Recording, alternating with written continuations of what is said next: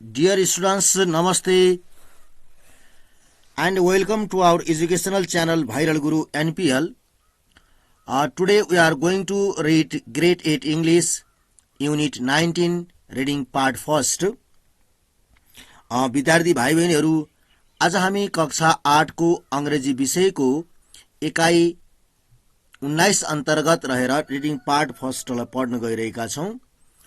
A tale of two birds, okay, दुई पन्छीहरूको कथा भन्ने शीर्षकमा we are going to read a story based on the topic A tale of two birds, okay, दुई पन्छीहरूको कथा भन्ने शीर्षकमा आज हामी पढ्न गइरहेका छौं. Let's start here. Once upon a time there lived a bird and her two newly hatched nestling in a forest, okay. कुनै एक समयको कुरा हो. एउटा जंगलमा एउटा चरा र उसका दुईवटा भर्खरै जन्मएका बच्चाहरू गुडमा बस्दथे. Hatched nestling in a forest. They had a nest in a tall tree, shady tree, where the mother bird took care of her little ones day and night. It means, dear students, they had a nest in a tall tree. तिनीहरूको good एउटा अग्लो छायादार रुखमा उनीहरूको good थियो, जहाँ आमाले है चराको ती आमाहरूले ती बच्चाहरूको दिन रात सेवा गर्ने गर्दथिन्, हेरचाह गर्ने गर्दथिन्.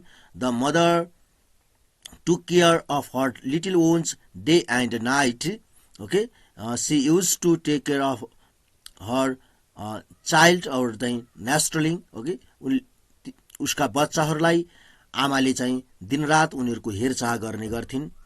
One day there was a big storm.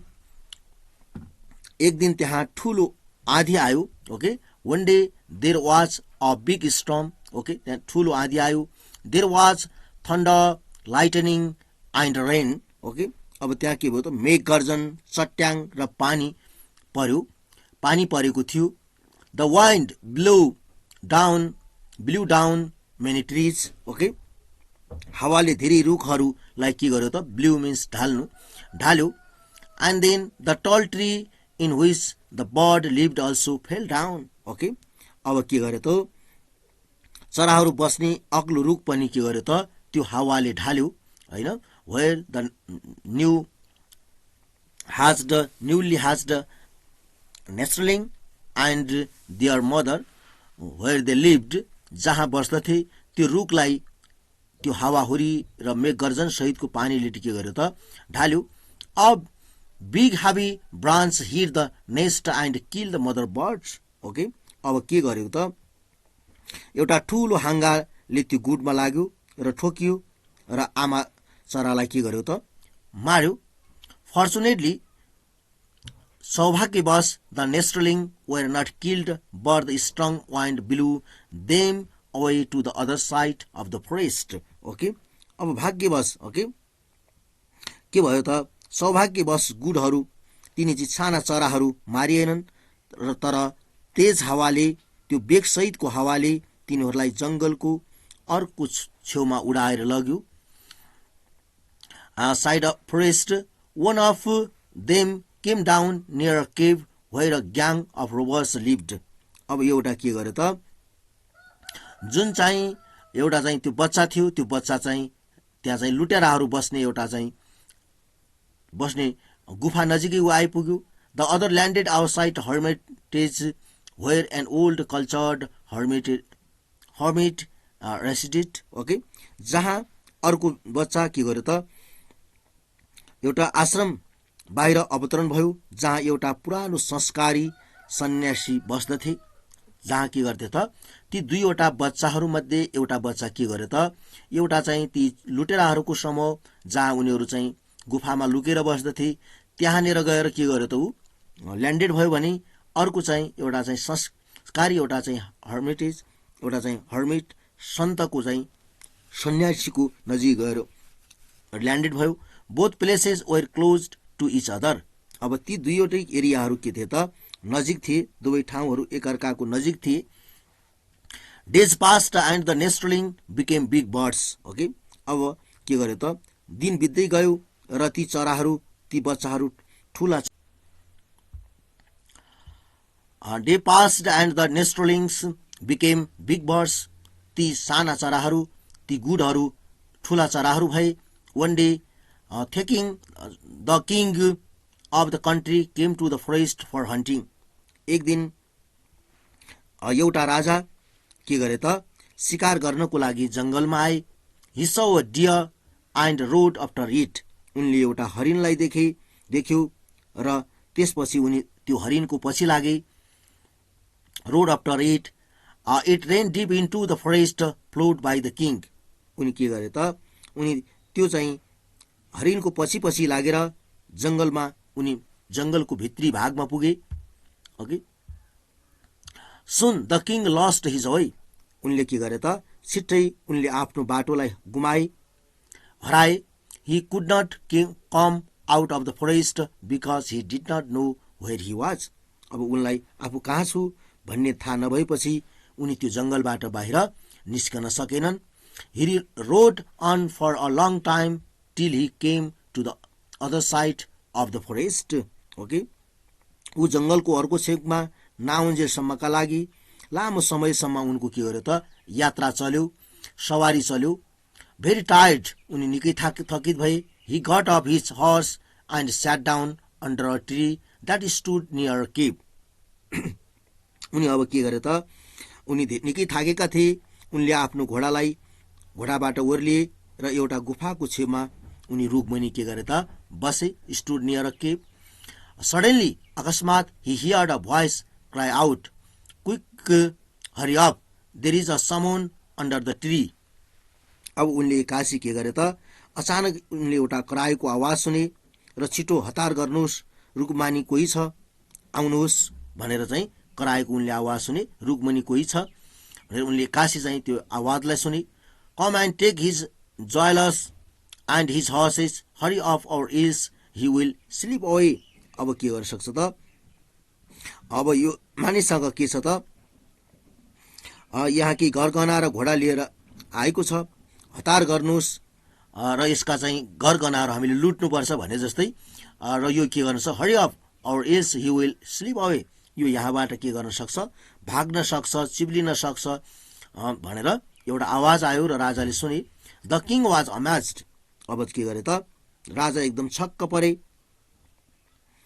And then he looked off and saw a big brown bird on the tree under which he was sitting.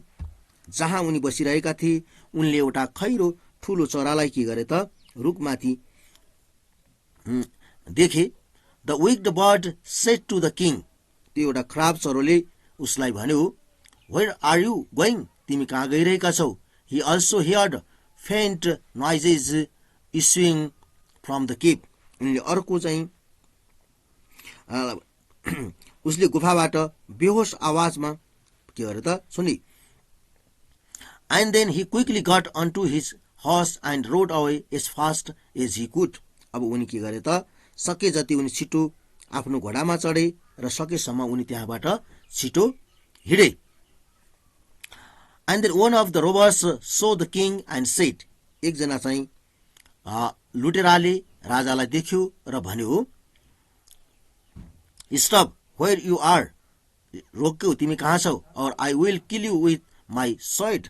म तपाईँलाई मेरो तरवारले के गर्नेछु त, मार्नेछु भनेर एकजना चोरले अथवा चाहिँ लुटेराले भन्यो. And then the king was ब्राभ.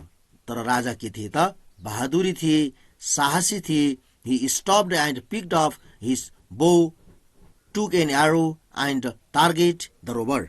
अब उनले के गरे त, उनले आफ्नो रोके र आफ्नो धनु उठाए. उनले एउटा तीर लिगे र लुटेरालाई के गरे त, निशाना बनाए. अनि and then target the robber, त्यो चाहिँ उसलाई चाहिँ उनले टार्गेट गरे, निशाना बनाए. The king said. राजाले भने, come and fight with me, आऊ र मसँग लड. Then the robber went into the forest to call his gang. त्यस पछाडि उसले के गर्यो त, आफ्नो समूहलाई बोलाउनका लागि ऊ फरेस्टतिर, जङ्गलतिर गयो. Since the robbers were more in number, the king decided not to mess with them. He rode swiftly away. अब राजाले के गरे त उनले उनीसँग नडरे. The king decided not to mess with them. He rode swiftly away. राजाले उनीसँग कुनै केही प्रकारको गडबड नगर्ने अथवा झगडा नगर्ने निर्णय गरे, किनभने ती चोरहरूको संख्या बढी थियो र त्यहाँबाट he rode swiftly away. अनि उनी घोडा चढेर त्यहाँबाट छिटो त्यहाँबाट बाहिरिए. Soon the king reached a safe place. र त्यस पछाडि राजा के गरे त सुरक्षित स्थानमा उनी पुगे. उनी के गरे त राजा सुरक्षित स्थानमा पुगे. It was a tranquil place. Okay, यो स्थान के थियो त एउटा शान्त ठाउँ थियो. ट्राङ्क्विल मिन्स शान्त प्लेस, ठाउँ. The surroundings were beautiful. अब त्यो के थियो त त्यो चाहिँ त्यो क्षेत्र के थियो त निकै सुन्दर थियो. त्यो प्रवेश के थियो त सुन्दर थियो. The surroundings were beautiful. There was a hermitage. त्यहाँ एउटा के बस्दै थियो, एउटा सन्त बस्दथे अथवा यो एउटा चाहिँ आश्रम थियो, आश्रय थियो. The king tied his horse to a tree and sat down in its shade. उनले के गरे त घोडालाई रुखमा बाँधे र त्यो रुखको छायामा राजा बसे. Suddenly he heard a gentle voice announce welcome to the hermitage sir, please go inside and rest. Okay, उनले मन्द आवाजमा सुने, आश्रममा यहाँलाई स्वागत छ सर, कृपया भित्र जानुहोस् र आराम गर्नुहोस् भन्ने आवाज उनले के गरे त सुने. Hermitage sir please go inside and rest, भित्र जानुहोस् र आराम गर्नुहोस् भन्ने एउटा नम्र आवाजमा उनले आवाज सुने. And the hermit will be back soon. के गर्नुहुनेछ त अब चाहिँ सन्त छिट्टै के गर्नुहुनेछ त गुफामा फर्किनुहुनेछ, फर्किनुहुनेछ. There is some cold water in the pot. त्यहाँ भाँडोमा केही के छ त चिसो पानी छ. Please make yourself comfortable.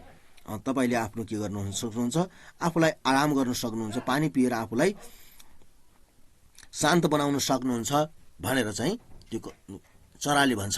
The king looked up and so a big brown bird in the tree. उनले रुखको माथि हेरे र एउटा ठुलो खैरो चरालाई के गरे त उनले देखे. He was amazed. उनी छक्क परे. This one looks like the other birds outside the cave, he said to himself aloud. उनले छक्क परे र एउटा गुफा बाहिर एउटा अर्को चरा जस्तै देखिन्छ. उसले ठुलो स्वरमा भन्यो. जुन चाहिँ राजाले के गरेका थिए त एउटा केप बाहिर चाहिँ एउटा चरालाई देखेका थिए जो के थियो त रोबर जस्तै थियो. यु आर राइट सर, तपाईँले सही भन्नुभयो, चराले भन्छ. You are right sir, said the king bird. He is my brother, but he has made a friend with robbers. Okay, ऊ मेरो भाइ हो तर ऊ के छ त लुटेराहरूको साथी भएको छ.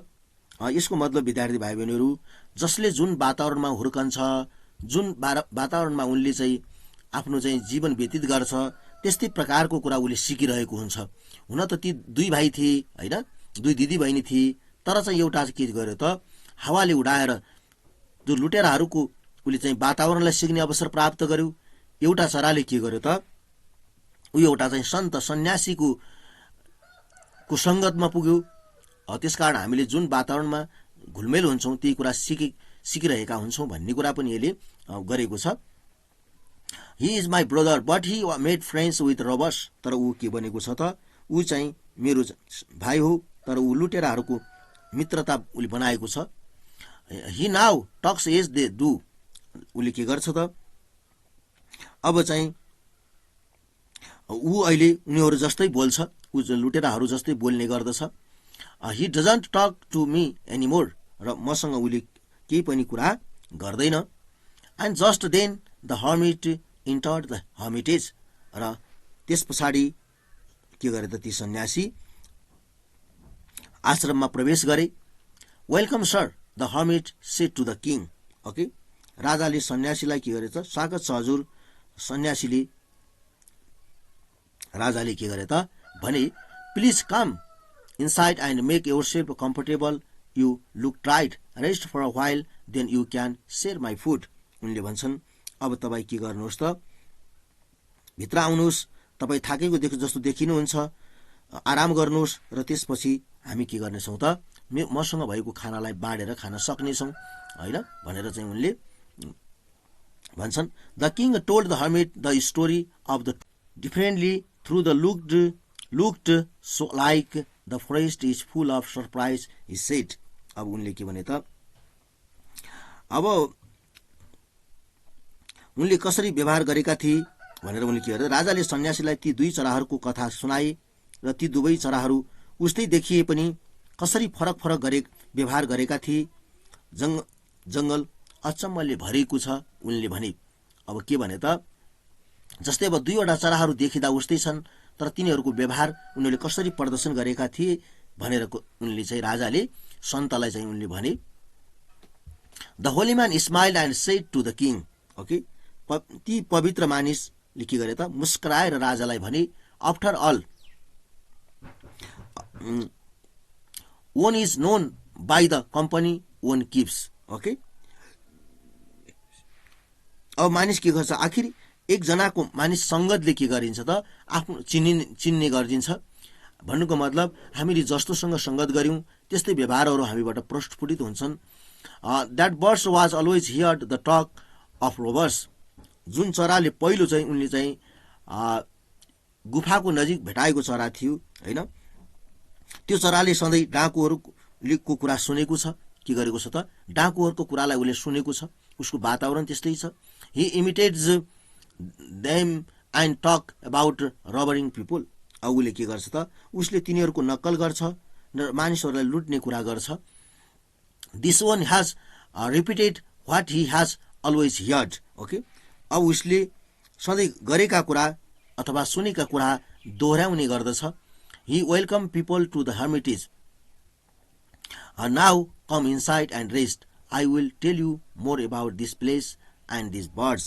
ओके, अब भित्र आउनुहोस् र उहाँले मानिसलाई अब भित्र आउनुहोस् र आराम गर्नुहोस्, म तपाईँलाई यो ठाउँ र यी चराहरूको बारेमा थप बताउँछु भनेर चाहिँ सन्तले भन्ने गर्छन्, सेन्टले भन्छन्। डियर स्टुडेन्ट्स, यो कथाको मूल मर्म के थियो भने, हामी जुन वातावरणमा हुर्किन्छौँ, हामी एउटै परिवारमा जन्म लिए तापनि यदि हाम्रो चाहिँ हामीले विभिन्न फरक स्थानमा हामी हुर्कियौँ बढ्यौँ भनेपछि हामी त्यहाँको वातावरण, त्यहाँको संस्कार, त्यहाँको संस्कृति, त्यहाँको सभ्यतासँग प्रभावित हुन्छौँ। जुन वातावरणमा हामी हुर्कन्छौँ त्यही कुरा हामी सिक्दछौँ भन्ने यस कथाको मोरल थियो। We have already discussed about the question answer of this lesson. Okay, हामीले यस पाठको क्वेसन एन्सरको बारेमा पहिले नै डिस्कस गरिसकेका छौँ र ती क्वेसन एन्सरको लिङ्क म यस भिडियोको डिस्क्रिप्सन बक्समा राखिदिनेछु, यहाँहरूले त्यहाँबाट पढ्न सक्नुहुनेछ। Thank you for watching this video. I will present with you with the next video. म यहाँहरूसँग अर्को भिडियोको साथ उपस्थित हुनेछु। एकजना मित्रले यसको रिडिङ पार्टलाई अपलोड गरिदिनु पर्यो भनेको हुनाले मैले यो भिडियो बनाएर अपलोड गरिदिएको छु। यहाँहरूलाई जस्तो लाग्यो उस्तै प्रतिक्रिया दिन नभुल्नुहोला र यहाँहरू हाम्रो च्यानलमा नयाँ हुनुहुन्छ भने कृपया हाम्रो च्यानललाई लाइक, सब्सक्राइब र कमेन्ट गर्न पनि नबिर्सिनुहोला। Once again thank you very much for watching this video. Have a great day. Bye bye.